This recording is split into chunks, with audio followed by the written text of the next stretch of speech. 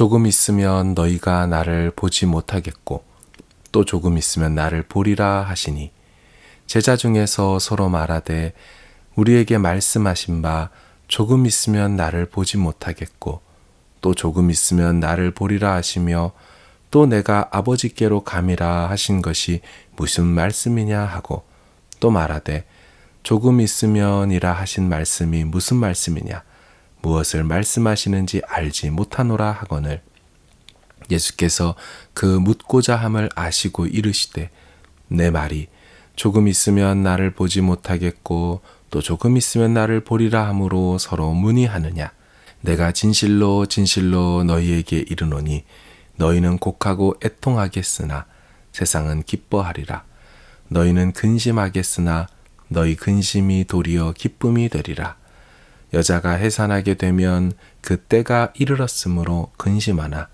아기를 낳으면 세상에 사람 난 기쁨으로 말미암아 그 고통을 다시 기억하지 아니하느니라 지금은 너희가 근심하나 내가 다시 너희를 보리니 너희 마음이 기쁠 것이요 너희 기쁨을 빼앗을 자가 없으리라 그날에는 너희가 아무것도 내게 묻지 아니하리라 내가 진실로 진실로 너희에게 이르노니 너희가 무엇이든지 아버지께 구하는 것을 내 이름으로 주시리라 지금까지는 너희가 내 이름으로 아무것도 구하지 아니하였으나 구하라 그리하면 받으리니 너희 기쁨이 충만하리라.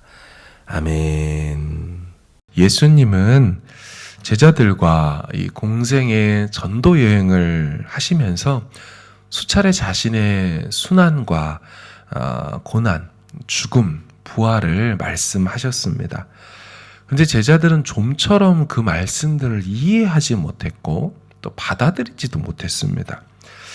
요한복음 13장에서 오늘 16장이죠. 그 앞에 13장에서 예수님은 세족식을 해주시면서도 자기 죽음에 대해서 말씀하셨죠. 그리고 14, 15장, 오늘 보면 16장, 그리고 17장에 한 장 전체를 대제사장적 기도를 하시면서 자신의 죽음도 그 의미도 그 이후의 결과도 다 설명해 주십니다. 그런데 오늘 본문을 보시면 제자들은 도통 이해를 못합니다. 제자들끼리 예수님 하신 말씀 가지고 집단 토론까지 벌어집니다. 그 내용의 주제는 예수님이 말씀하신 이 조금 있으면 이게 도대체 무슨 얘기냐? 이게 그들의 토론의 주제였죠. 16절을 보세요. 조금 있으면 너희가 나를 보지 못하겠고 또 조금 있으면 나를 보리라 하시니. 여러분 이게 무슨 뜻일까요? 첫 번째 나온 조금 있으면 나를 보지 못한다. 예수께서 곧 순환을 당하셔서 죽으시니 보질 못하는 거예요. 두 번째, 조금 있으면 나를 본다. 또 무슨 뜻이에요? 하지만 죽으셨지만 다시 살아나시고 부활하셔서 다시 보게 될 것을 이제 말씀하는 거죠. 그렇게 예수님의 다음 말씀이 이와 같은 것입니다. 20절을 보시면 내가 진실로 진실로 너희에게 이르노니 너희는 곡하고 애통하겠으나 세상은 기뻐하리라.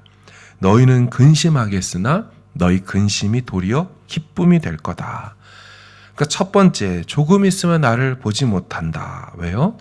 고난받고 죽으시기에 이들은 곡하고 애통하면서 보지 못해요. 반면에 세상은 그 시간 동안 기뻐하고 있겠죠. 잘 됐다, 잘 죽었다. 하지만 두 번째, 조금 있으면 나를 본다. 왜요? 죽으셨지만 3일 만에 부활할 것이기에 제자들이 근심했지만 다시 그 근심이 변하여 도리어 부활의 기쁨이 될 것이다. 예수님 설명해 준 거예요. 이거를 또 그치지 않고 있으면 또다시 비유를 해서 설명해 주죠. 여인의 해산의 과정과 비슷하다 설명해 줘요. 21절을 보시면 여자가 해산하게 되면 그때가 이르렀으므로 처음엔 근심하나 아기를 낳으면 세상에 사람 난 기쁨으로 말미암아 그 고통을 다시 기억하지 아니하느니라. 그러니까 해산할 날이 다가오면 이 고통 때문에 근심이 먼저 되지만 해산해서 낳은 아이가 나오면 이제 고통은 다 사라지고 또 그 낳은 아이 때문에 이 기쁨이 찾아오게 된다. 여러분 어떻습니까? 지금 이 내용이 어렵습니까? 사실 어렵지 않습니다.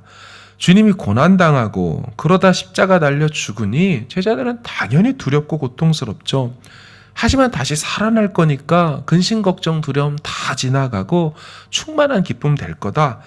솔직히 말하면 우리 이 내용이 어렵지 않습니다. 그런데 당시 현장에 있던 제자들은 이런 내용을 공생애 동안 수차례 들었지만 이해하지 못했고 깨닫지 못했고 오늘에 이르러서는 이 제자 훈련의 수료 일주일 전이거든요. 일주일 뒤면 돌아가셔요. 그런데 이 막바지에서도 도대체 무슨 말이냐 논의하고 무슨 뜻인지 못 알아듣고 있습니다. 그러니까 우리 입장에서 보면 제자들의 지금의 이 모습이 사실 잘 이해되지 않아요. 어떻게 이런 걸 이해를 못할까 이런 생각이 듭니다. 그런데 여러분 제자들은 이 일이 다 지난 후에는 지금 예수님의 말씀을 다 이해했습니다. 완전히 다 이해했습니다. 그렇기 때문에 그 제자들 중에 하나인 사도 요한이 지금 이 내용을 다 기록해 놓은 거죠. 해석이 다 끝났으니까. 그때는 사도 요한도 그 제자들 중에 하나로서 똑같이 논의하고 토론하며 못 깨달았어요. 하지만 지나고 나니까 다 깨달아졌어요. 비로소 예수께서 말씀하신 조금 있으면 나를 보지 못하겠고 조금 있으면 나를 보리라 이 말을 다 이해하게 된 겁니다. 저는 이 장면을 묵상하면서 이 같은 일들이 우리 삶에도 여전히 일어나는 게 아닌가 하는 생각이 들었습니다. 우리도 고난이 다가오거나 이 고난의 한복판에서는 이 말을 이해하지 못하는 것이죠. 조금 있으면 보지 못하게 되고 조금 있으면 다시 보게 될 거야. 조금만 있으면 다 지나가. 조금만 있으면 다시 주님이 역사하심을 알게 되고 보게 될 거야. 참 신기하게도 우리도 살면서 이런 일을 겪는다는 거죠. 이게 무슨 일이지? 이게 무슨 말씀이지? 왜 내게 이런 일이 일어나는 거야? 서로 간에 만나면 이해되지 않는다고 토론하고 막 논의합니다. 하지만 우리는 결국 알게 되죠. 아, 그래서 그랬구나. 아, 그래서 그렇게 막으셨구나. 아, 그래서 그렇게 기다리게 하셨구나. 제자들도 당시에는 몰랐지만 후에는 밝히 알게 되었어요. 어떻게 해요? 오순절 성령께서 오셔서 예수님이 하셨던 말씀을 다 생각나게 하셨고요. 그 뜻도 다 깨닫게 하심으로 제자 중에 일부에게 또 펜을 쥐어주며 그걸 복음서로 기록까지 하면서 3년의 그 시간 동안에 들었지만 깨닫지도 못했던 걸 들은 내용도 다 기억나게 하시고 그 의미도 다 해석되고 깨닫게 하셔서 오늘날 성경이 되어 우리에게 주어진 거 아닙니까? 이런 방법들과 현상이 마찬가지라는 거예요. 성령께서도 우리와 함께 하시니 결국에는 다 알게 될 것이에요. 결국에는 당시에 우리의 그 궁금증과 의문들이 그날에는 다 해결되고 해소될 거라는 거예요. 잘 보십시오. 예수님도요, 지금 서로 토론 논의하고 질문하는 그들에게 이렇게 설명해 주세요. 23절 보세요. 그날에는 너희가 아무것도 내게 묻지 아니하게 될 거야. 이게 무슨 말이에요? 그날에는 궁금증이 다 사라지게 된다는 거예요. 지금은 무슨 뜻입니까? 하고 의문만 투성이로 가득한데 그날에는 다 해석이 되고 깨달아지니까 질문할 게 없어지는 겁니다. 질문이 다 해결된다는 거예요. 아, 주님, 그래서 그런 말씀을 하셨군요. 아, 그래서 그런 일들이 다 있었군요. 그 모든 사건, 우리가 이해하지 못하여 당황했던 것들이 다 하나님의 계획이었고, 그래서 그런 일들이 있었군요. 사랑하는 여러분, 우리는 이 과정을 다 모릅니다. 안타깝게도 우리는 피조물이고, 시간의 제한을 받는 존재고, 여전히 유한한 피조물이에요. 하지만 하나님은 다 알고 계십니다. 그리고 그 하나님이신 예수께서 그 중간 과정과 디테일은 알려주시지 않지만 결론과 이 결과는 헤쳐나가는 방법은 다 말씀해 주셨어요. 22절을 보세요. 지금은 너희가 근심하나 내가 다시 너희를 보리니 결론 너희 마음이 기쁘게 끝날 것이다. 그리고 그 기쁨을 너희 기쁨을 빼앗을 자도 없을 것이다. 분명히 지금과는 다른 그날의 기쁨이 있을 거라고 약속하고 있고요. 그 기쁨을 빼앗을 자가 없는 확고부동한 그런 기쁨이 될 거라고 말해요. 이것만이 아니죠. 앞에서 말씀드린 모든 질문과 그 의문들이 사라지는 날이 올 것이고, 그리고 이 모든 어려움들도 해결할 방법들도 우리 24절에 줬죠. 24절 보세요. 지금까지는 너희가 내 이름으로 아무것도 구하지 아니하였으나 구하라. 그리하면 받으리니 너희 기쁨이 충만하리라. 지금은 답이 없어서 어떻게 해야 될지 모르지만 예수님이 오늘 시점을 이유로 당신의 이름으로 구할 수 있도록 해주셨어요. 그 전까지는 성부께 제사장 통하여서만 이렇게 기도할 수밖에 없거나 짜여지고 정해진 기도문으로 기도할 수밖에 없었다면, 이제는 내 이름으로 구하는 길이 새롭게 열렸으니 과정은 모르고 디테일은 모르지만 결론이 기쁨의 충만함으로 끝나는 그 결론을 위하여 이제 내가 해결할 방법 주겠다. 그거 내 이름으로 구하면 다 답이 오고 그날을 맞이하게 될 것이다. 여러분, 우리에게 필요한 것이 무엇일까요? 조금 있으면의 인내가 필요합니다. 지금 조금의 인내, 지금의 인내, 오늘 하루만큼의 인내가 오늘 우리에게 필요한 거예요. 그리고 그날에 반드시 충만한 기쁨으로 간구한 모든 것들에 응답하실 것이라는 조금의 믿음, 오늘 하루만큼만의 믿음이 필요한 것입니다. 주님의 이름으로 기도하기를 바랍니다. 그래서 주님의 인내를 생각하며 담고 배우면서 지금 이 고난 속에서의 인내를 통하여서 그날의 크고 충만한 기쁨으로 결국 우리에게 안겨주실 것을 바라보면서 오늘 하루 조금 있으면의 인내로, 조금만큼의 그 오늘 하루만큼의 믿음으로 다 승리하시기를 주님의 이름으로 축원합니다. 아멘. 우리 같이 한번 기도하기를 원합니다. 하나님, 우리는 모르겠습니다. 왜 이런 일이 일어나는지.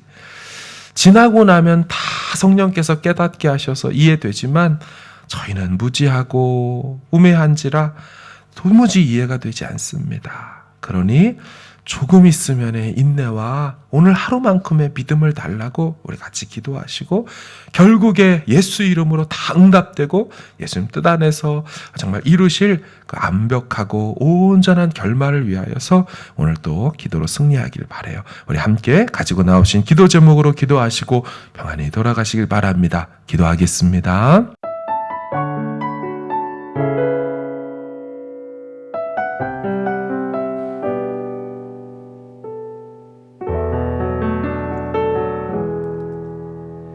예수 나의 좋은 치료자, 그의 눈이 머무는 곳은 나의 슬픔과 고통, 고개를 들어 그의 눈을 볼 때에 난 알았네. 예수 나의 좋은 치료자, 예수 나의 좋은 치료자,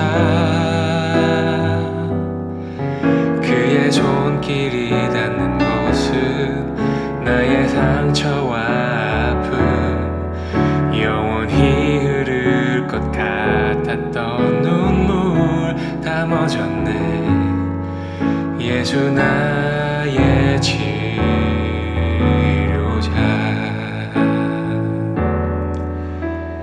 나 노래하리라.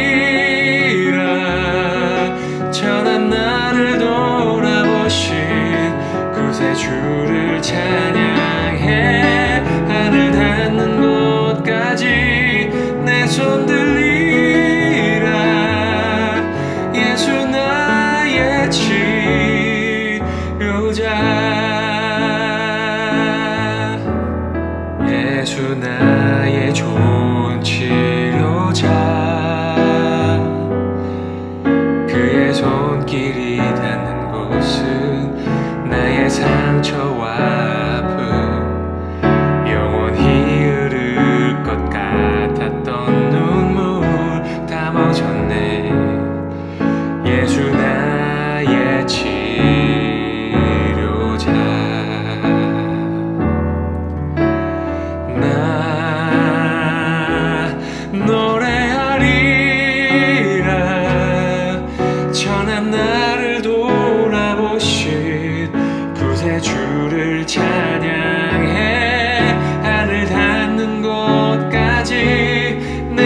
손 들리라. 예수 나의 치료자.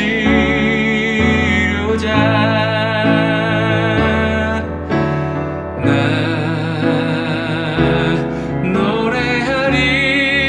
노래하리라. 전한 나를 돌아보신 구세주를 찬양해. 하늘 닿는 곳까지 내 손 들리라. 예수 나의 치료자.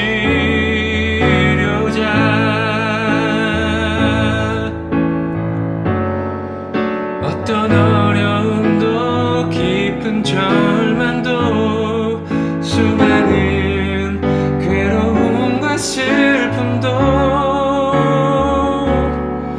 주로 인하여 모두 지워지